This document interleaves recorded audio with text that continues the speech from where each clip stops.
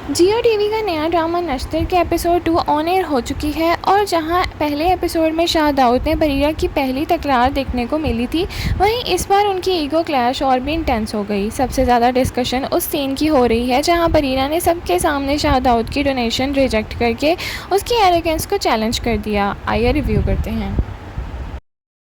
अस्सलाम वालेकुम नाज़रीन, welcome back to my channel. Episode 2 का सबसे पावरफुल मोमेंट वो था जब दाऊद एक इवेंट में बड़ी डोनेशन देने आता है और उसे पूरी ज़िंदगी लोगों को तारीफ़ और अप्रिसिएशन मिलती रही है, लेकिन बरीरा उसकी डोनेशन लेने से इनकार कर देती है। सिर्फ इनकार ही नहीं बल्कि उसकी एरोगेंट एटीट्यूड को ओपनली क्रिटिसाइज़ भी कर देती है।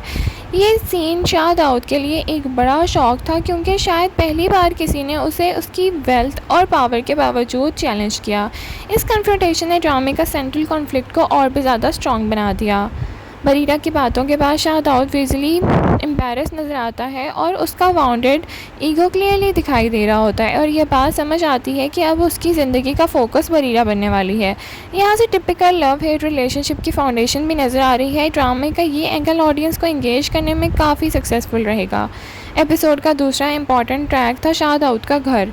एक गरीब मुलाजिम पर रिंग चोरी करने का इल्ज़ाम लगाया जाता है और बिना प्रॉपर इन्वेस्टिगेशन के उसे जलील कर और टॉर्चर किया जाता है। ये सीन सोसाइटी के क्लास डिफरेंसेस और पावरफुल लोगों के एटीट्यूड को हाईलाइट करता है। जब बाद में सच सामने आता है तो ऑडियंस को मजलूम कैरेक्टर के लिए सिंपैथी फील होती है।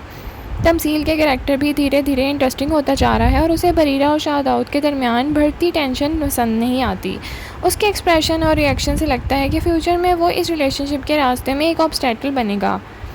एक्टिंग के हवाले से बात करें तो दानिश तैमूर के एरोगेंट बिलियनेयर अवतार काफ़ी फेमिलियर लगता है, लेकिन उन्होंने कैरेक्टर को कॉन्फिडेंट के साथ पोर्ट्रे किया है।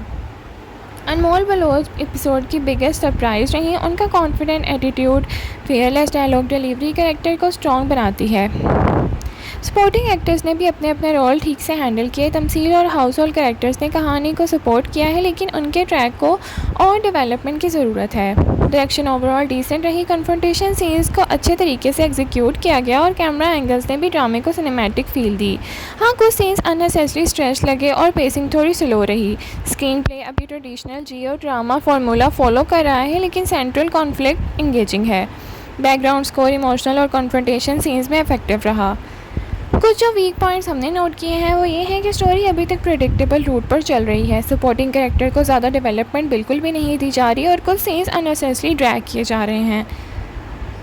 आप बताएं आपको ये एपिसोड कैसा लगा और आपको लगता है कि ये ड्रामा बाकी ड्रामों से थोड़ा हटकर होगा या फिर वही same formula, same story, same hero और सेम हीरोइन का ट्रैक दोबारा रिपीट किया जाएगा? नीचे कमेंट सेक्शन में अपनी राय का इज़हार ज़रूर करें। लाइक शेयर सब्सक्राइब करना ना भूलें। Thank you so much for watching. अल्लाह हाफिज़।